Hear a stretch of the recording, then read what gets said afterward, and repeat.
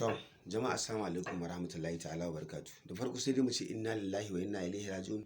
Inna lillahi wa inna ilaihi raji'un. Haba jama'a, ina za mu kai kanmu fi sabilillahi. Abin da nake so in fahimta da ku ba wai sallah bace kadai wai mutum zai sa goshin sa ƙasa ya samu lada. Akwai abubuwa da yawa da mutum zai samu lada a gurin ubangijinsa. Sannan akwai abubuwa da yawa da mutum zai samu zunubi a gurin ubangijinsa. Wannan abu da ya faru da Maryam Booht abu ne wanda sharrin shaidan ne Allah ya riga ya kawo. Mu musulmai ne, bai kamata a ce muna musulmai sa'annan har mu dinga biyewa wai don wannan abin ya faru mu dinga yaɗa ta a mazauninta na musulma kuma za a kira ta da sunan musulmawa. Ya kamata mu gane idan mun kiyaye mu Allah zai kiyaye mu. Bai kamata a ce mu dinga yaɗa wannan abin wai don duniya ta gani ba. Ya kamata mu yi uzuri, ba ita kaɗai ba ce mai saba ma ubangijinta. Allah kaɗai ya san irin mutane suke saba ma ubangijinsa.